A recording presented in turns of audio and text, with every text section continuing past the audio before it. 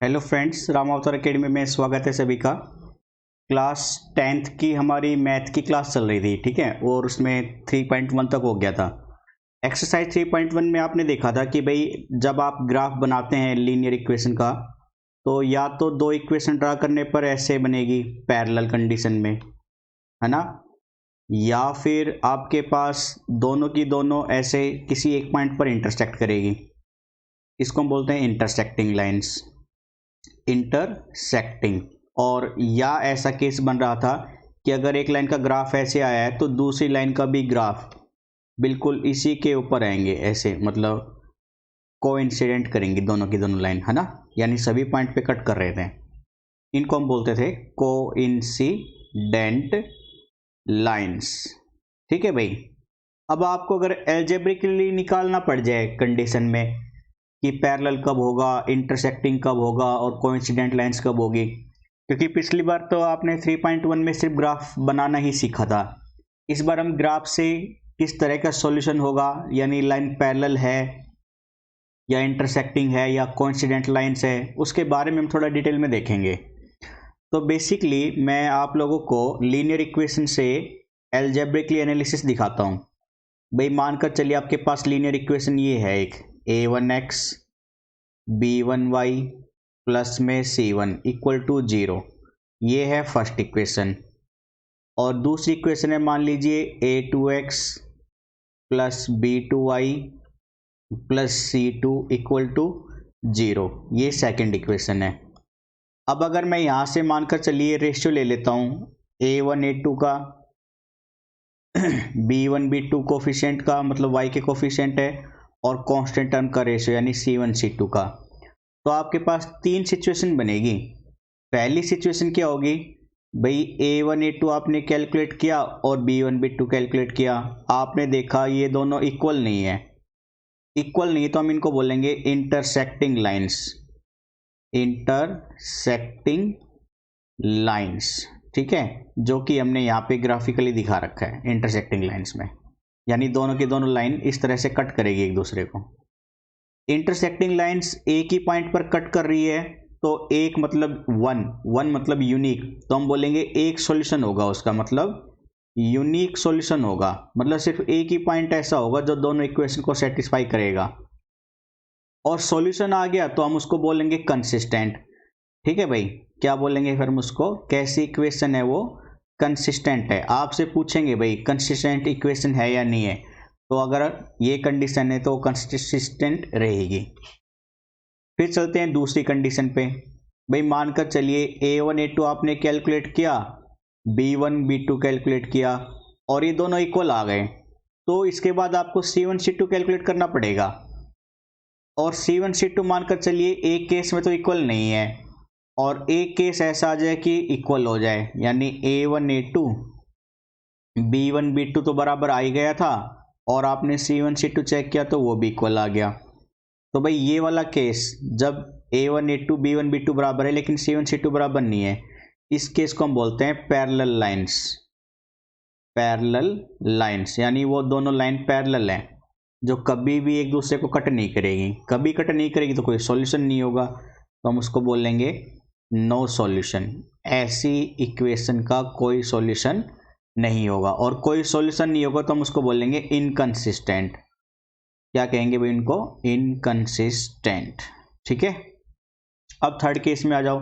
भाई a1 a2 b1 b2 तो बराबर था और c1 c2 भी बराबर आ गया, तो ऐसी लाइन को हम बोलेंगे कोइंसिडेंट लाइंस, यानी दोनों लाइन एक दूसरे के परिग्राफिकली ड्रा होगी, तो हम उनको बोलेंगे कोइंसिडेंट लाइंस। ठीक है।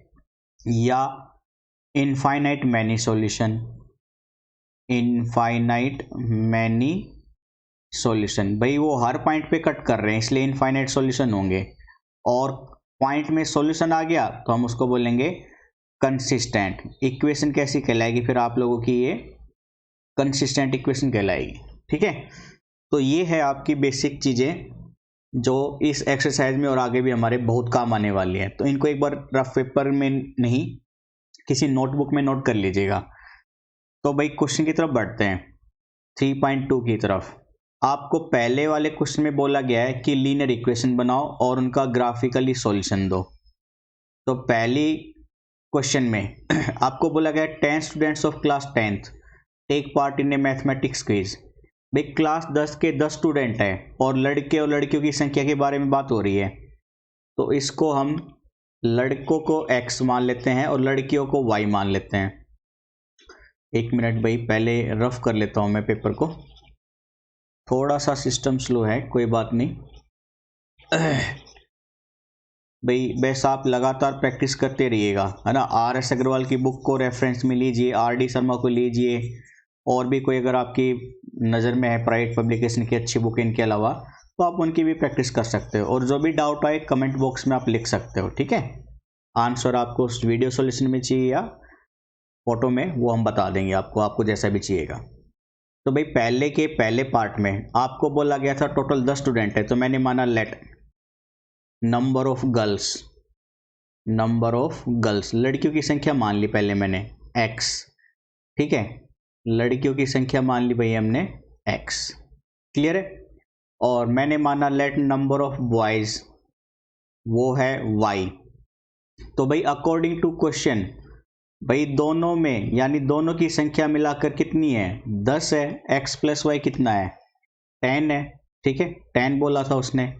अब कहा है number of girls is 4 more than number of boys, यानी लड़कियों की संख्या लड़कों से 4 ज़्यादा है। तो यानी भाई क्या बनेगा, लड़कियों की संख्या लड़कों से 4 ज़्यादा है। इसमें भाई y को उधर ले जाओ तो इक्वेशन बन जाएगी x minus y is equal to 4, है ना। मानकर चलिए ये तो थी आपकी फर्स्ट इक्वेशन और ये है सेकंड इक्वेशन। तो आपको क्या कहा गया है, number of boys number of girls बताओ ग्राफिकली। तो ग्राफिकली सॉल्यूशन दे देते हैं हम। भाई पहली लाइन जो x प्लस वाई बराबर में 10 थी, इसमें हम ग्राफिकली सॉल्यूशन देने के लिए ग्राफ बनाएंगे। तो भाई मानकर चलिए x है आपका 2 या 5 ले लो, तो y भी 5 आया। x है मेरा 6, तो y आएगा 4। अब दूसरी इक्वेशन जो है x माइनस वाई बराबर 4, है ना, इसकी टेबल बना लीजिए। तो भाई x और y की फॉर्म में मैंने माना भाई x अगर y अगर आपका 1 है तो x बन जाएगा 5 और y 0 है तो x बन जाएगा आपका 4। अब इसका ग्राफ बना लेते हैं, ग्राफिकली फिर सॉल्यूशन देखेंगे इसका क्या बनेगा। तो पॉइंट आपको तो लेने आते ही है ना। ग्राफ में ये ओरिजिन है, मान लीजिए 0 +1 +2 +3 +4 +5 +6 x एक्सिस पे है ये, ऐसे y एक्सिस पे प्लस में +1, ठीक है, +2 +3 +4 +5 +6 एंड सो ऑन। तो पहले इस लाइन का ग्राफ ड्रा करते हैं, x 5 y 5 यानी x 5 y 5। तो भाई ये लगभग ये वाला पॉइंट कहीं x 5 y 5 ये वाला पॉइंट बन जाएगा आपका। फिर है x 6 y 4, तो x 6 y 4 यानी ये वाला पॉइंट लगभग कहीं आपका यहाँ पर ऐसे आ जाएगा, ठीक है। इन दोनों पॉइंट को मिला दो, तो पॉइंट को मिलाओगे तो ये कुछ ऐसे लाइन जाएगी आपकी, ठीक है। भाई थोड़ी सी ऊपर नीचे हो जाती है, कोई बात नहीं, मैं एक बार रफ कर देता हूँ इसको। देखो वापस से देखो, तो ये लाइन कुछ ऐसे बनी है आपकी, ठीक है। एक्स एक्सिस को कट ऐसे करके जाएगी। अब चलते हैं अपनी दूसरी लाइन पे, ये वाली लाइन जो है इसमें x 5 y 1 है, x 5 y 1 यानी इसका कोऑर्डिनेट आपका कहीं यहाँ पर आएगा। फिर x 4 y 0 ये रहा, यानी अब इन दोनों कोऑर्डिनेट को मिलाओ तो लाइन कुछ ऐसे पास हो जाएगी भैया आपकी, ठीक है, यानी यहाँ से ऐसे। तो किस पॉइंट पे कट कर रही है, इस पॉइंट पर मीट हो रही है यहाँ पे, जहाँ पे x 6 है और y आपका 4 है, यानी 6 और 4 सॉल्यूशन बन जाएगा। मतलब x की वैल्यू 6, y की वैल्यू 4। लड़कियों की संख्या कितनी आएगी, 6 आएगी और लड़कों की संख्या कितनी आएगी, 4। तो ये आंसर बन जाएगा। इस तरह से ग्राफिकली सॉल्यूशन देंगे हम इनका। क्लियर है, आगे चलते हैं सेकंड क्वेश्चन में। आपको बोला गया 5 पेंसिल 7 पेन 50 रुपीज़ का है, 7 पेंसिल 5 पेन 46 रुपये का है। तो एक पेंसिल और एक पेन की कॉस्ट बताओ। फिर से ग्राफिकली सॉल्यूशन देना है आपको इसमें, क्योंकि पहले ही बोल के रखा हुआ था आपको, है ना। तो वापस से इसका ग्राफ बनाएंगे भाई, हम पहले इक्वेशन ड्रा करेंगे फिर उसके बाद ग्राफिकली सॉल्यूशन देंगे। तो देखिए भाई, मैंने माना पेन और पेंसिल की कीमत, भाई लेट कॉस्ट ऑफ 1 पेंसिल, ठीक है, या पेन ले लो x रुपए, एंड कॉस्ट ऑफ 1 पेंसिल मैंने मान ली y रुपए, ठीक है। तो अकॉर्डिंग टू क्वेश्चन क्या बोल के रखा हुआ था, उसने कहा था भाई 5 पेंसिल और 7 पेन, यानी 5 पेंसिल 7 पेन। तो पेंसिल y है, 5 पेंसिल 7 पेन मतलब x, यानी 7x। ये कॉस्ट दे रखी है आपको 50 रुपीज़ में, 50 रुपीज़, यानी ये फर्स्ट इक्वेशन है। फिर अगेन क्या कहा गया है, 7 पेंसिल 5 पेन, 7 पेंसिल मतलब 7y, 5 पेन मतलब 5x। इनकी कॉस्ट है भाई टोटल 46 रुपीज़, 46 रुपीज़। तो आपको एक पेंसिल और एक पेन यानी एक्स वाई की कीमत पूछी है। तो भाई पहली इक्वेशन जो थी 7x प्लस में 5y बराबर में 50, इसकी टेबल बना लो। तो भाई इसकी टेबल बनाएंगे तो कोऑर्डिनेट ले लेते हैं कुछ ऐसे, मानकर चलिए x ले लेते हैं 0, तो y बन जाएगा 10, ठीक है। फिर आप x मानकर चलिए x ले लेते हैं, 50 में से 7 जाएगा तो कितना बचेगा 43, 5 से भाग नहीं जाएगा। या y को 0, तो 7 पंजे 35, 15 3, y को आप 3 ले लो, तो भाई 5 दिया 15 बन जाएगा। 50 में से 15 जाएगा तो 50 में से 10 गया 40, फिर 35, 5 बन जाएगा, x की वैल्यू 5 आ जाएगी। ये पहली इक्वेशन से हो गया, ठीक है।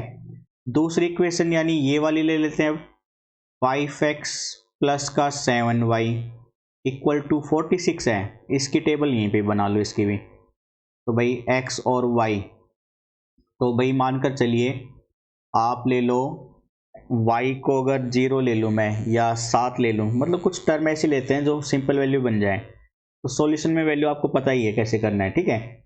46 में से 7 घटाएंगे, मतलब अगर y 1 ले लूँ तो 46 में से 7 घटाओगे तो ये बन जाएगा आपका 37, 38, 39 बन जाएगा। फिर 5 से पूरा पूरा भाग जाता नहीं है वो। या 46 में से 5, 7 में 35, भाई रफ वर्क कर लेते हैं, एक काम करते हैं, 46 में से 15 से भाग जाने के लिए 7 में 35, 7 6 42, 42, तो फिर ये भी भाग नहीं जाएगा। 5 दूनी 10, 5 या 15, x 0 y 0, पूरा पूरा भाग नहीं जा रहा है ना। चलो 1 मिनट अभी देखते हैं इसको। भाई 7 ले लोगे तो 46 में से 14 घटाओ, 2 4 1 3 32, 5 6 30, कोई नहीं कर लेते हैं भाई, फिर अपने डेसिमल वाली वैल्यू से कर लेते हैं, टाइम वेस्ट नहीं करेंगे हम अपना, ठीक है। भाई आपने क्या किया, y0 ले लिया, y0 ले लिया तो x की वैल्यू बन जाएगी 5 8 40, 5 9 45, 9.2 बन जाएगी। और फिर आप x0 ले लीजिए तो y बन जाएगा आपका 7 पंजे 35, 7 6 42, 42 के बाद 4, 7 पंजे 35, 6.5 के आसपास वैल्यू बन जाएगी आपकी, ठीक है। अब ग्राफ बना लेते हैं इनका। तो भाई ये है y एक्सिस और ये है आपकी x एक्सिस। तो x के कोऑर्डिनेट ले लेते हैं 10 तक, तो ये तो है 0 1 2 3 4 5 6 7 8 9 और ये 10। y के ले लेते हैं 10 तक, y के भी 1 2 3 4 5 6 7 8 9 एंड 10। पहली लाइन ड्रा करते हैं ये वाली, तो x0 y10, x0 y10 यानी ये वाला पॉइंट आ गया यहाँ पर। फिर x5 y3, x5 y3 यानी इसके कोऑर्डिनेट कहीं यहाँ पर बनेंगे, ये वाला पॉइंट। तो इन दोनों लाइन को मिला दो भाई अब, तो लाइन आपकी कहीं ऐसे पास होगी, ठीक है। ये पहली वाली लाइन है ये। दूसरी लाइन यहाँ पे आ जाएगा, ठीक है, 9.2।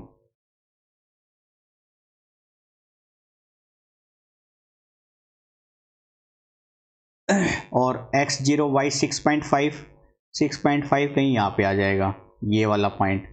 इन दोनों को मिला दो आप वापस से, तो ये कुछ ऐसे जाएगा लगभग, ठीक है। आप ग्राफ पेपर में बनाओगे ना तो अच्छे से सॉल्यूशन आएगा आपका। मेरा यहाँ पे 3-5 पे जा रहा है, 5-3 पे 25 और 7 या 21 46 पे जा रहा है। मतलब मेरा यहाँ से ये वाला कोऑर्डिनेट आ रहा है, x है 5, y है यहाँ पे 3, तो मेरी तरफ से ये सॉल्यूशन आ रहा है। मतलब एक पेन की कीमत कितनी है, 5 रुपये, और एक पेंसिल की कीमत कितनी है, 3 रुपये, ठीक है। वैल्यू रख के आप चेक करोगे तो सेम वैल्यू ही आएगी। तो ये था हमारा सेकंड क्वेश्चन, क्लियर है। अब चलते हैं अपने सेकंड पार्ट पे, मतलब सेकंड क्वेश्चन पे। सेकंड क्वेश्चन पे आपसे कह रहा है कंपेयर करके A1 A2 B1 B2 C1 C2 को कंपेयर करके आपको बताना है कि कौन सी लाइन रिप्रेजेंट करती है इंटरसेक्टिंग, पैरेलल या कोइंसिडेंट को। तो कंपैरिजन करके बताना है वैसे आपको। तो देखिए भाई, कंपैरिजन के रूल अभी तो मैंने आपको कराए थे लीनियर इक्वेशन में, A1 A2 B1 B2 and C1 C2 का, है ना, उसी के मेथड पे करा देंगे हम आपको ये क्वेश्चन भी। तो देखिए पहली इक्वेशन है आपकी लीनियर में, सेकंड का फर्स्ट पार्ट ये है भाई 5x minus 4y plus 8, 5x minus 4y plus 8 equal to 0। And दूसरी है 7x plus 6y, 7x plus 6y minus का 9 इक्वल टू 0, है ना, -9 ही तो था भाई। आप पहली इक्वेशन को तो कंपेयर करा दो इससे, a1x plus b1y plus c1 बराबर 0 से। तो कंपेयर कराओगे, a1 की वैल्यू 5 आ जाएगी, b1 की वैल्यू -4 आ जाएगी और c1 की वैल्यू +8 आ जाएगी। इसको कंपेयर करा दो a2x plus b2y plus c2 से। तो a2 बनेगा आपका कंपेयर करने पर 7, b2 बनेगा 6 एंड C2 आ जाएगा माइनस का 9। तो भाई आपको पहले कंपेयर क्या करना है, A1 बाई A2 निकालो जो कि 5/7 आया, फिर निकालो B1 बाई B2 जो कि आएगा -4/6 यानी माइनस का 2/3 यानी माइनस का 2/3 आ गया। अब आप यहीं से देख रहे हो A1 A2 बराबर नहीं है किसके, B1 B2 के, तो आगे चेक करने की जरूरत नहीं है। इसलिए कैसा है, ये इंटरसेक्टिंग लाइन्स है, इंटरसेक्टिंग लाइंस। आपको सॉल्यूशन नहीं पूछा है, बस यही बताना है। तो इंटरसेक्टिंग मतलब दो लाइन ऐसे कट कर रही है दोनों एक दूसरे को, ठीक है। तो पहला पार्ट में हो जाएगा आपका ये वाले में इंटरसेक्टिंग लाइन है ये। दूसरे पार्ट पे आ जाओ, 9x प्लस 3y प्लस 12 में सेम इसी मेथड से करेंगे इनको भी। तो मैं यहाँ पे इनको रफ कर लेता हूँ बस, a1 a2 b1 b2 की वैल्यू हम सीधी नोट कर देंगे फिर, यानी ये हटा दो ये हटा दो, ये वैल्यू नोट कर लेंगे वैसे, ठीक है भाई। तो देखिए इक्वेशन है आपकी पहली 9x plus 3y plus 12, 9x plus 3y plus 12 equal to 0। And second equation है 18x plus 6y, 18x plus 6y plus में 24 इक्वल टू 0। कंपेयर करेंगे तो A1 तो है 9, B1 है 3, C1 है 12, A2 है 18, फिर B2 6, C2 24। भाई पहले A1 बाई A2 कैलकुलेट कर लो, यानी 9/18 डिवाइड करोगे तो 1/2। फिर B1 बाई B2 चेक कर लो, 3/6 1/2, यानी A1 A2 B1 B2 के बराबर आ गया। तो अब आपको C1 C2 पे भी जाना पड़ेगा, C1 C2 निकालो, 12/24 भाग करोगे तो 1/2। सिंप्लीफाई करना जरूरी है, यानी ये भी इक्वल आ गया। इक्वल आ गया तो मतलब कैसी लाइन है भाई, कोइंसिडेंट लाइन्स है। कैसी लाइन है बच्चों, कोइंसिडेंट। मतलब अगर एक लाइन ऐसे आ रही है तो दूसरी लाइन का ग्राफ भी बिल्कुल इसी के ऊपर आएगा, ठीक है, बिल्कुल इसके जस्ट ऊपर, यानी हर पॉइंट पे कट करेगी। तो ये है आपकी कोइंसिडेंट लाइंस, सेकंड वाला पार्ट।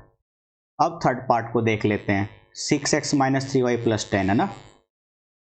तो वापस से जो काम का नहीं है उसी को ही रफ करेंगे हम भाई।